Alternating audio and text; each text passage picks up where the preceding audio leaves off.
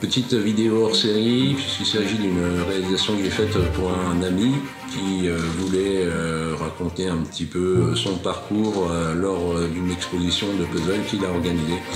Donc vous comprendrez tout en regardant la vidéo, donc je vous la mets là pour savoir vos retours, vos impressions par rapport à ce qui a été fait, puisque j'ai essayé de le faire de façon plus professionnelle possible.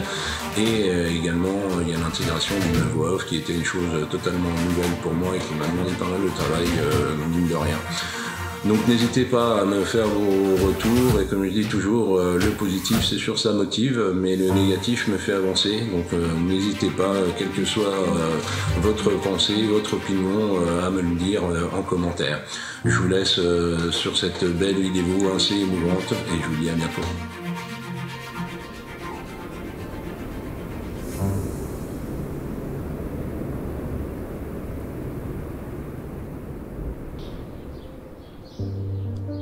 Je m'appelle Jean-Philippe Davonne. Et comme vous, j'ai failli lâcher prise.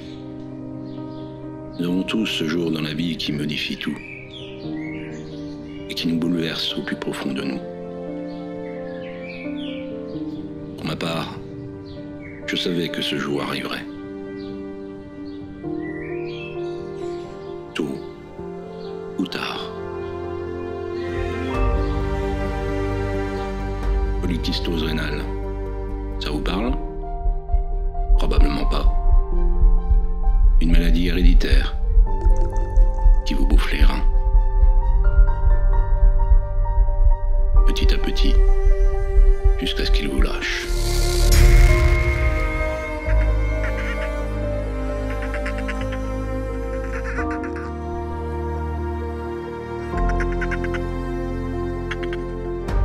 J'avais décidé de profiter de la vie, même si cela avançait le jour fatidique. Je voulais vivre. Carpe diem. Profite du jour présent. Et j'en ai profité.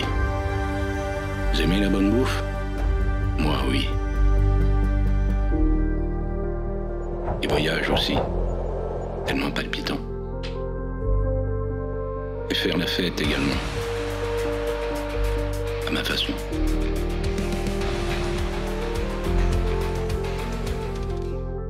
Et puis un jour, le couperet tombe. J'ai deux choix. Soit je continue, soit j'entame les soins que je ne voulais pas envisager. Et je n'ai pas le droit de me résigner. Ma famille, mes amis, mes collègues comptent sur moi. Il faut juste que je trouve de quoi tenir. Et pour moi, ce serait ça. Travel Around Art. 54 000 pièces, 27 puzzles, 8,64 m sur 2,04. Le plus grand puzzle du monde.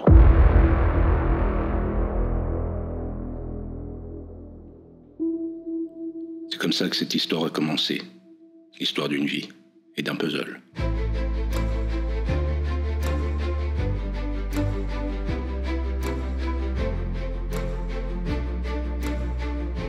En 2019, j'arrive en fin de stade 4 sur 5 de ma maladie.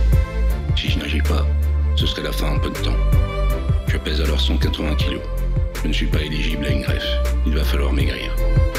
Je sais également que j'ai une chance d'éviter la dialyse, soins qui me font une peur bleue à cause de ma phobie des aiguilles. Je commence donc le parcours pour une STIB, afin de réduire la taille de mon estomac. À ce moment-là, je vois les choses d'un bon oeil. Ça ne me fera pas de mal de maigrir un peu, même si cela implique un changement radical dans mon hygiène de vie alimentaire.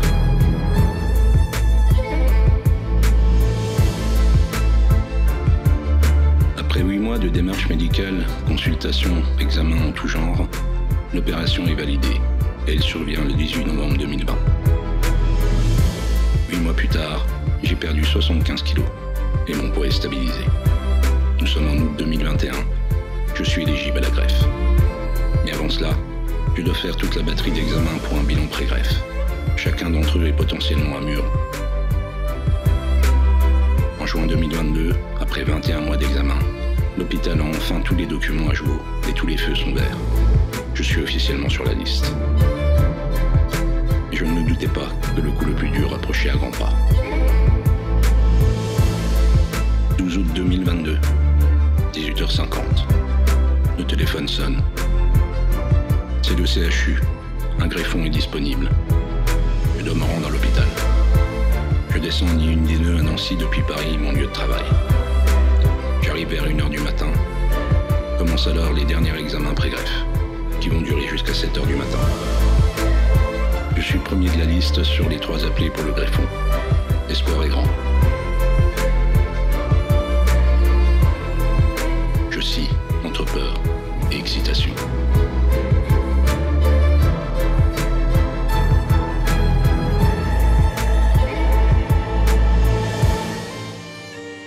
Je me souviendrai toujours l'entrée de l'interne dans ma chambre, tête baissée. Je sens alors que quelque chose a mal tourné. Le résultat du dernier scanner n'a jamais été ouvert par l'équipe médicale, jusqu'à ce soir. Mes reins sont trop gros, la lymphe n'est plus possible. À ce moment, le désespoir n'est pas loin de m'écraser et je suis à la limite de tout abandonner. Je sais ce qui m'attend. Fistule, dialyse, vous vous souvenez le truc que je voulais absolument éviter. Néphrectomie, c'est-à-dire une ablation du rein. Et seulement à ce moment-là, je pourrais envisager à revenir sur la liste de greffe. Plusieurs jours seront nécessaires pour prendre cette décision. Et le 15 août 2022, j'ai fait mon choix. Je fonce.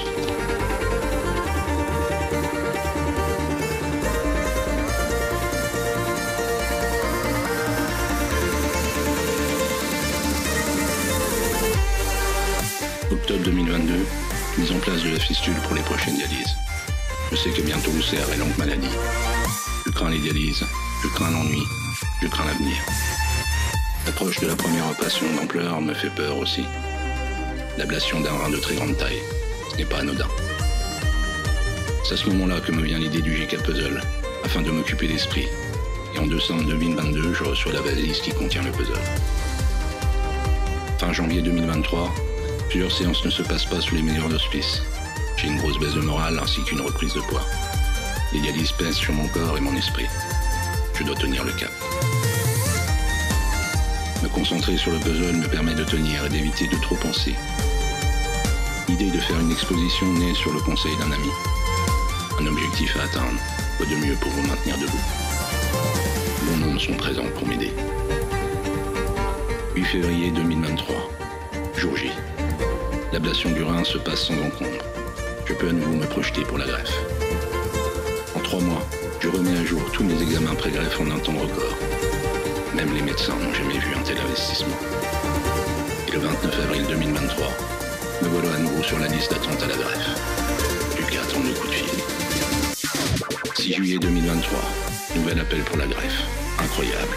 Le premier appel avait déjà été rapide et à nouveau l'attente aura été dérisoire par rapport au délai habituel. Là, j'y ai sûrement pour quelque chose. L'appréhension est présente, mais je suis confiant. Et le 7 juillet 2023, je me retrouve en salle de réveil avec un nouveau rein. C'est la délivrance. Je réalise le dernier morceau de ce puzzle, celui que vous voyez à la sortie de l'hôpital. Vous remarquerez ce fauteuil vide. Je peux envisager enfin de me relever.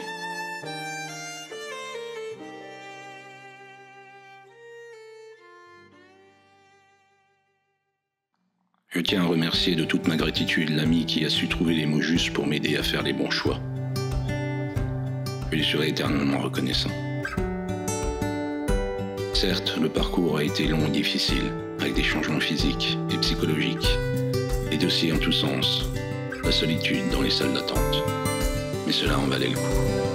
Il faut se résoudre à ce qu'il y en ait d'autres dans un avenir plus ou moins lointain. Mais je prends du recul. Et j'avance pas à pas, pièce par pièce. Jamais rien lâcher. Ne lâchez jamais rien. Je suis fier de ce que j'ai accompli et ne regrette rien. Aujourd'hui, je vois le bout du tunnel et les nouveaux horizons qui s'offrent à moi.